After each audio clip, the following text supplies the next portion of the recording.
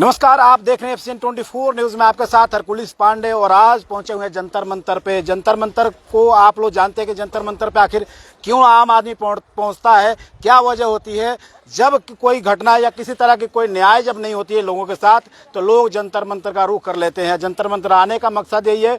फरीदाबाद के कुछ लोग हैं जो कि फरीदाबाद में जब न्याय नहीं मिला तो जंतर मंतर पे आके बैठे हुए हैं, धरना दे रहे हैं। और बता दें आपको कि मामला अक्टूबर की है, जो मझौली हत्याकांड से जुड़ा हुआ है।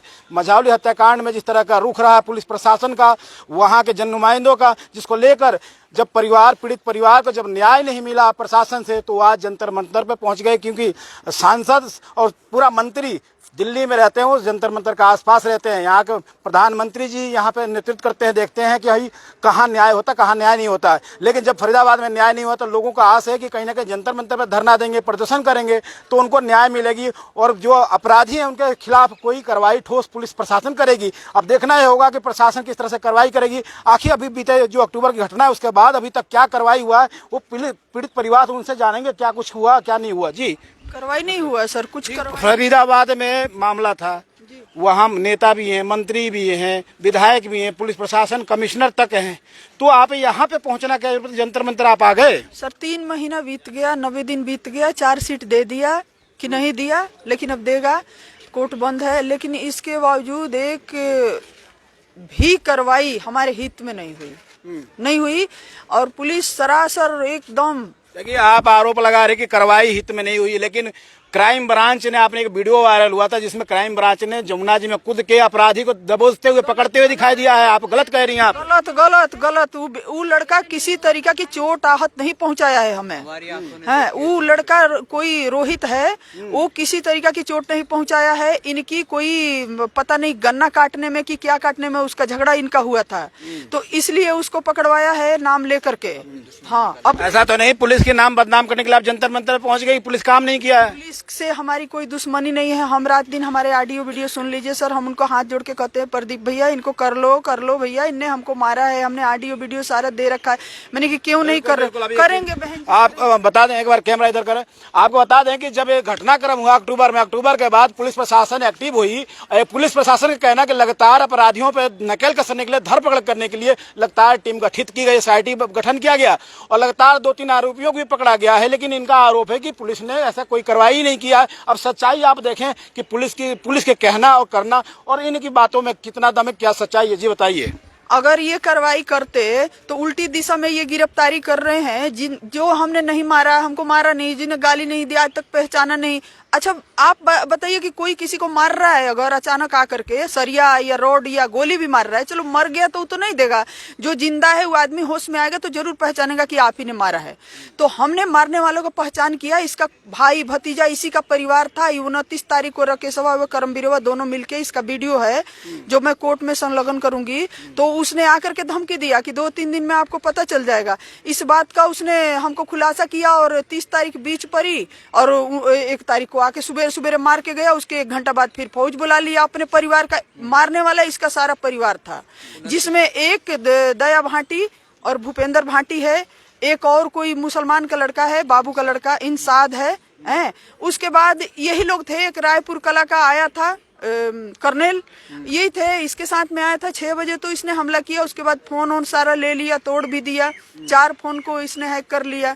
हमारे पास कोई फोन नहीं रही। छोटी जो 4 सीट में जो लोगों का नाम था उनमें से 2-3 लोगों की गिरफ्तारी हुई है ना? 2 ही हुई है, 2 हुई है। मुख्य आरोपी की भी गिरफ्तारी हो गई है? ना मुख्य आरोपी इसका एक भतीजा था जो मारने में इन्वॉल्व। नाम तो बताएं, किसका नहीं हुआ, किसका हुआ? राकेश व करमवीर, इसके 4 पत्नियां, रमेश, धनेश, कल्लू, कीनू, मोहित, पता नहीं क्या क्या इनकी नाम है, संदीप दुनिया। संदीप कल्लू की तो हो गई है गिरफ्तारी? हाँ, ना कल्लू व मोहित की ही हुई है। कल्लू मोहित की हो चुकी है। हाँ। कौन बाकी कौन जिसकी गिरफ्तारी नहीं हुई, जो आप आरोप लगा? मुख्य आरोपी ये राकेश है, मुख्य आरोपी सबसे शातिर। ये मुख्य आरोपी जो राकेश है, जो वहाँ का स्थानीय निवासी है, उस पे आरोप लग रहा है। लेकिन अब एक सवाल और भी उठता है कि मुख्य आरोपी की तो गिरफ्तारी हुई नहीं हुई, लेकिन कुछ ऐसे भी लोग हैं जो यहाँ आए हुए हैं, उनकी परिजनों के, उनके भी जानने वालों की गिरफ्तारी हो चुकी है। क्या उनका 4 सीट में नाम था या नहीं, उन्हीं से जानेंगे। कुछ लोग हैं जिनसे ये खड़े हैं। भाई साहब 1 मिनट, भाई साहब इधर आ जाइए। क्या आप लोगों के भी कोई घर से गिरफ्तारी पुलिस ने किया है? हाँ, भतीजा नाम बताइए आप। मैं नरेश शर्मा। जी, मंझावली से। मजावली से। हाँ तो आपके यहाँ कोई गिरफ्तारी, आपकी भी कोई घर से कोई बंदा पकड़ा गया है? हाँ, मेरा भतीजा पकड़ा तो गया। क्या चार्जशीट में नाम था? नहीं, वाईफाई में कोई नाम नहीं ये है। जानते हैं आपको? ये तो ये बताएंगे। अच्छा, तो क्या लग रहा है कि जो पुलिस ने कार्रवाई किया कितना सही कितना गलत है? क्योंकि आप कह रहे हैं कि हमारे उसमें लोग थे ही नहीं, उसमें इन्वॉल्व नहीं थे, तो फिर पकड़ा क्यों? आप तो आरोप लगा रहे हैं। बिल्कुल आरोप लगाया जी, हम तो राकेश ने पकड़वाए। राकेश ने साथ जो इनके साथ किया वो बुरा किया, बहुत गलत किया है। ये बंदे ऐसे हैं ही नहीं बिल्कुल भी। आप लोगों का रोल क्या रहा है कि आप लोगों पे पुलिस कार्रवाई की है? हमारे तो ये जी बच्चे पकड़वा के जो उसने जो अपने ओरिजिनल है वे बाहर घूम रहे हैं। 7-8 लोगों के जो गिरफ्तारी बताई गई है उसमें आप लोग भी शामिल हैं। हमारा भी लड़का है उसमें, और लड़का हमारा बिल्कुल निर्दोष है। जो निर्दोष बच्चे हैं वो आज जेल में हैं। जो कितने लोगों के जो निर्दोष हैं जो आप बता रहे हैं, कितने लोग? 5-7-10 लोग हैं वो जो अंदर हैं, बंद हैं। ये सारे जो हैं FIR वाले वो सब बाहर घूम रहे हैं। जब मेरी सवाल है, देखिए कि आप बता रहे हैं कि उनका नाम ही नहीं था, तो फिर पुलिस ने क्यों गिरफ्तार किया? वो उन्होंने दिया है ना, इन लोगों ने दिया है ना। अच्छा, राकेश ने दिया है। इन लोगों ने नहीं दिया है? नहीं, इन लोगों ने नहीं दिया, राकेश ने दिया है कि या तो उन्हें जो तुम वो करो, पेश करो, नहीं करो तो मैं ये आपको इनसे दूर दूर तक किसी तरह का मतलब नहीं, ना घटनाक्रम में आप आना जाना, ना घटना में सपोर्ट करना, फिर आपको पुलिस क्यों टारगेट करती है? आपके परिवार को क्यों टारगेट करती है? क्या वजह है? राकेश के कहने से कर रही है ना। तो राकेश से आपकी दुश्मनी है क्या? हाँ, दुश्मनी है हमारी। अच्छा, वो रखते हैं, आप रखते हैं? नहीं, हम क्यों रखेंगे, हमारा क्या मतलब है? हमारे तो बच्चे को बेला फुसला के जो उन्होंने बुलाया किया है साजिश में ले गए हैं, बच गए। नहीं, प्रशासन सरकार से, जुडिशियल से बड़ा तो कोई होता नहीं है। पुलिस प्रशासन काम कर रही है, तो इस तरह का घटनाक्रम तो होगा नहीं जो आप बता रहे। जिस तरह से पुलिस ने उठा लिया, चाहे आरोप कोई लगा दे, कोई किसी का आरोप लगा देगा, ऐसे कार्रवाई करती नहीं है। हमारे बच्चों का तो जो नाम दिया वो राकेश ने दिया है ना। तो राकेश के नाम देने से आपको गिरफ्तारी हो सकती है? गिरफ्तारी हो सकती, बच्चे बंद पड़े हैं। अच्छा, नहीं हो सकती तो फिर क्यों? ये कितना बड़ा सवाल है कि किसी का नाम किसी को देने से कोई पुलिस प्रशासन उसमें कार्रवाई करती है, जबकि कल भी हमने खबर चलाई थी, उसमें पुलिस का साफ कहना है कि आरोप लगाने से कोई गिरफ्तारी, किसी को हिरासत में नहीं लिया जाता है। बाकायदे जिस घटनाक्रम की बात हम जिक्र कर रहे हैं बार बार, ये 1 अक्टूबर की घटना है जो मझौली से हत्याकांड, इस तरह से कहें कि ये इस तरह से नरसंहार था, लेकिन उसमें नरसंहार में बच्चे कुछ बच गए। ये जी हाँ जी, मैं तो विधवा हूँ, मेरे 4 लड़की हैं, कोई आगे ना पीछे। मेरा लड़का भी फंसा दियो और जेल में है जी। तो किसने फंसा दिया? राकेश सरपंच ने फंसाया हो जी। तो घटना इनके साथ हुआ, ये आपको फंसा दिया, उन्हें फंसा दिया? ऐसा फोन कर करके बुलाए बच्चे, और वे चले गए। बच्चे आए हुए तो उन्हें कहा पता, उनने मार के गिर रखो इनका पति। अच्छा, तो आप क्या मांग करेंगे आप? हमारी यूँ मांग है जी, हमारे निर्दोष बच्चे निकाले जा में, निर्दोष बच्चे निकाले जाएं। आप कुछ घटनाक्रम के बारे में बताएंगे, क्या पुलिस की कार्रवाई और क्या कह रहे हैं? आप धरना देने पहुंचे हुए हैं जंतर मंतर पे। मेरा नाम देविंदर है जी। मेरा भतीजा है, मेरे बड़े भाई हैं, इनका बेटा है। ये घटना 1/10/2023 को हुई थी, जिनमें गुड्डी का पति प्रभुनाथ एक्सपायर हो गया। और 6 तारीख को हमें पूर्व सरपंच राकेश ने बुलाया, जिसमें हमारे भाई और बेटा ओमदत्त दोनों वहाँ पे घर पे बुलाए और इनसे कहा कि भाई ओमदत्त को पेश कर दो, पैसा मैं लगाऊंगा जितना भी लगेगा, और वरना अगर ऐसा आपने नहीं किया तो आपको जितना भागना है फिर भाग लीजिए। किसने बोला ये बात? राकेश सरपंच पूर्व ने। और उसके बाद 1 घंटे बाद ही बेटा हमारा मने करके आ गया और भाई मने करके आ गया कि हमें मतलब हम क्यों अरेस्ट हो, हमने क्या किया है, हमारा बेटा कुछ निर्दोष है बिल्कुल, और अरेस्ट क्यों हो हम। तो 1 घंटे बाद ही हमारे घर पे CBI आ गई और बेटा फोन वोन फेंक फांक के वहाँ से भाग गया, पता नहीं कहाँ रहा कहाँ नहीं रहा। उसके बाद पुलिस ने मतलब हमने उसको अरेस्ट करवा लिया है, खुद पकड़ लिया? नहीं, हमारा रिश्तेदार उठा। आपका बेटा है? हाँ जी। क्या नाम है आपका? रामकिशोर है। क्या घटनाक्रम थी? क्या यही है जो बता रहे हैं, वही ये बात है। घर बुलाए उसने। मतलब आपके इस घटना से कोई मतलब नहीं, कोई नहीं है जी, हमारा मतलब बिल्कुल। इसने बिल्कुल ही मतलब एक तरफा कार्रवाई किया है। 1 तारीख को ये झगड़ा हुआ, अगर हमारे का नाम होता तो पहले 6 तक नहीं पकड़ती। FIR में भी नाम नहीं है। कितने लोग हैं जो आप लोग निर्दोष बता रहे हैं? कितने? 12 दिखे जी। 12 लोग तो FIR में हैं। हाँ, 12 लोग FIR में हैं, बाकी अन्य हैं। ये जितने भी बंदे वो अन्यों में हैं, केवल 2 आदमी अभी बंदा है। हाँ जी, हाँ जी। कितने लोग हैं? कितने? उसने बोला है कि अगर मेरे कहने से पेश कर दोगे तो मैं पैसा भी लगा दूंगा और सारे काम करूंगा, नहीं करोगे तो अब हम क्यों बंद करें जी अपने ने, जब हमारा कुछ है ही नहीं इसमें, तो हमारा क्या मतलब है इसमें। देखिए, अन्याय किसी ना किसी के साथ तो होता ही है, लेकिन अन्याय को भी न्याय बदलने के लिए कोर्ट और प्रशासन है, पुलिस प्रशासन का काम होता है। और प्रशासनों के साथ साथ सरकार की बहुत बड़ी जिम्मेवारी और दायित्व होता है। लेकिन दायित्वों से प्रशासन और सरकार अगर भागता है तो जनता को न्याय मिलना बड़ा मुश्किल होता है। और मुश्किल इसलिए कि देखिए, लोग जंतर मंतर, चलो जंतर मंतर धरना, और टाइम टेबल आप देखें, देखिए मोदी जी से गुहार है, क्योंकि आपके फरीदाबाद में लोग रहते हैं। फरीदाबाद की प्रशासन से न्याय की गुहार के साथ उम्मीद हट चुकी है, कम हो चुकी है या खत्म हो चुकी है।